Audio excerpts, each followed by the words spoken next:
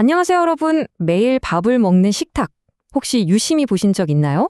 오늘은 우리가 매일 겪는 이 평범한 다이닝 경험이 도대체 어떻게 만들어졌는지 그 숨겨진 진짜 이야기를 한번 파헤쳐 보려고 합니다. 기술, 건축, 그리고 사람들의 묘한 계급 욕망이 아주 흥미롭게 얽혀 있거든요. 아마 오늘 이야기 들으시면 집에서 밥 먹을 때마다 기분이 조금 색다르실 겁니다. 자, 그럼 가장 근본적인 질문부터 하나 던져볼게요. 여러분, 우리는 왜 하필 주방을 거실이나 침실과 분리해서 꽁꽁 숨기려고 했을까요? 과거에는 집 한가운데 그을음 펄펄 날리는 거대한 화로가 있었는데 그게 어떻게 오늘날 우리가 아는 그 우아하고 깔끔한 다이닝룸, 즉 식당으로 변신하게 된 걸까요? 이게 단순히 집 짓는 기술이 좋아져서가 아닙니다. 이 안에는 인간의 엄청난 욕망이 숨어 있거든요. 그래서 오늘은 크게 세 가지 포인트로 이 과정을 따라가 볼 텐데요. 첫 번째, 철과 불의 혁명. 두 번째, 식당이라는 공간의 탄생. 그리고 마지막 세 번째로 식탁 위의 대중화. 이렇게 쭉 짚어보겠습니다. 자, 그럼 첫 번째 이야기, 철과 불의 혁명부터 바로 시작해볼까요? 상상을 한번 해보세요. 옛날 집들 한가운데는 늘 이 오픈 파이어, 즉 개방형 화로가 이글이글 타오르고 있었습니다. 아일랜드의 브리지드 성녀 전통 같은 걸 보면 여성들이 이 불꽃을 지키는 굉장히 영적이고 중심적인 역할을 했죠. 근데 문제가 뭐였을까요? 맞습니다. 엄청나게 위험했다는 거예요. 당시 여성들이 입던 양모 드레스 자락에 불이 옮겨 붙는 사고가 정말 끊이지 않았거든요.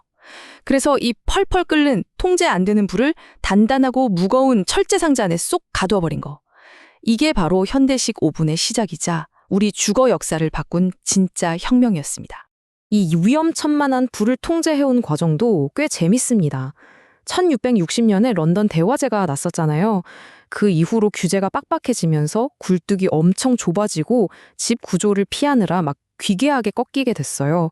자연이 매연이랑 그을음이 장난 아니었겠죠?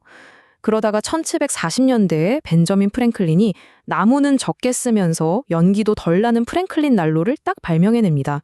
그리고 19세기에 드디어 주철 스토브랑 가스 오븐이 대중화되면서 인류는 마침내 불을 완벽하게 길들이게 된 거죠.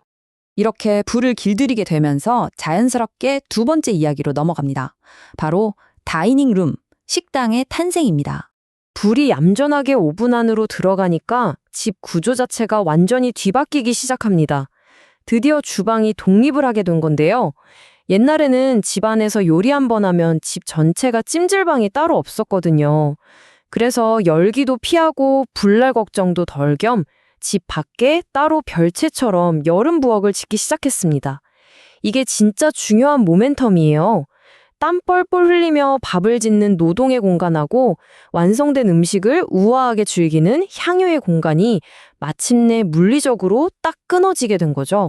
이 노동을 내 눈앞에서 치워버리겠다는 열망이 얼마나 컸는지 보여주는 기발한 에피소드가 하나 있어요.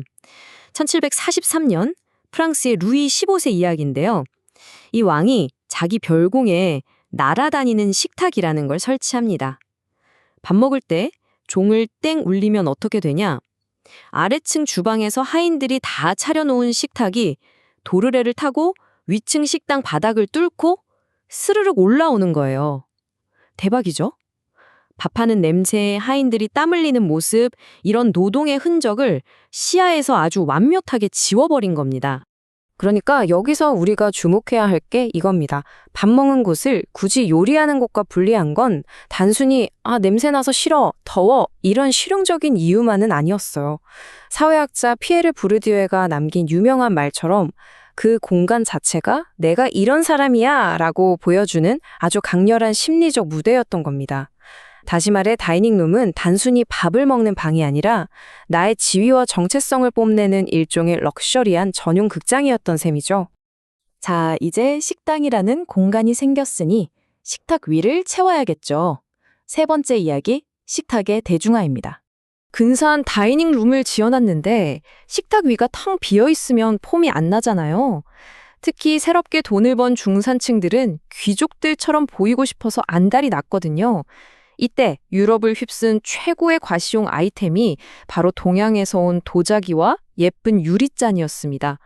중국이나 고려의 청자, 백자는 그때 유럽인들 눈에는 그냥 예쁜 그릇이 아니었어요. 동양의 신비로움 그 자체였고 엄청난 권력의 상징이었죠. 바티칸이나 합스부르크 가문 같은 당대 최고의 권력자들이 이걸 유리 진열장에 모셔두고 자랑했을 정도니까요. 말 그대로 권력을 담는 그릇이었습니다.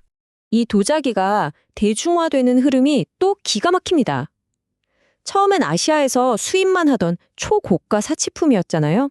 근데 수요가 터주니까 18세기쯤 되면 독일 마이센 같은 곳에서 우리도 만들어보자 하고 흉내내서 만들기 시작합니다. 그러다가 산업혁명이 빵 터지면서 영국의 본차이나 같은 공장제 도자기들이 말 그대로 폭포수처럼 쏟아져 나오게 된 겁니다. 이렇게 시대가 바뀌면서 식탁 위 풍경도 완전히 달라지는데요. 중세시대에는 귀족들조차 제대로 된 접시가 없어서 아주 딱딱하게 굳은 빵을 그릇 대신 썼거든요.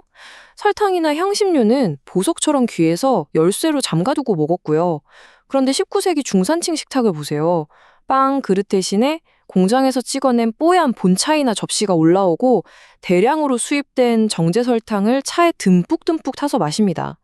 산업혁명 덕분에 귀족들만의 전유물이었던 럭셔리가 싹 다 우리 집 식탁 위에 대중화된 필수품으로 바뀐 거죠. 결국 유럽의 화려한 식기 문화라는 건 사실 따지고 보면 동양 수입품을 어떻게든 따라해보려는 엄청난 모방의 욕망에서 시작된 거나 다름없습니다. 공장에서 마구 찍어낸 저렴한 본차이나 그릇들, 정교하게 만든 모조 유리잔들 덕분에 평범한 중산층 시민들도 자기 집 식당에서 완벽하게 왕족 코스프레를 할 수 있게 된 거예요. 식탁 위에 올려둔 그 예쁜 찻잔 하나가 봐, 나도 이젠 상류층의 교양을 가졌어 라고 말해주는 무언의 신분증이었던 겁니다.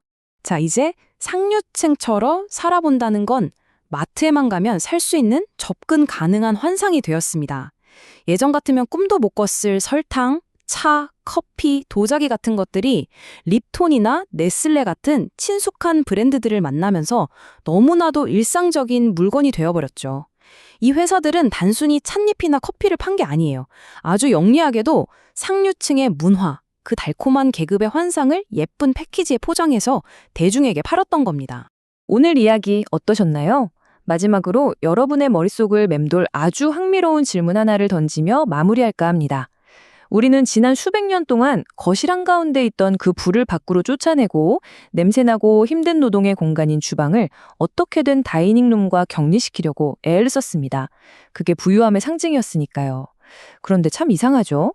왜 오늘날 우리는 굳이 멀쩡한 벽을 다 허물고 요리하는 공간을 거실과 확 트이게 연결하는 오픈형 주방을 집안의 새로운 중심으로 가장 자랑스러운 과시의 도구로 삼고 있는 걸까요? 꽁꽁 숨기려 했던 불을 다시 우리 집 한가운데로 불러들인 이유, 그리고 우리가 지금 진짜로 남들에게 보여주고 싶은 건 과연 무엇일까요? 오늘 저녁 식사하실 때 식탁 너머의 주방을 보면서 이 재미있는 질문을 한 번쯤 떠올려 보시길 바랍니다.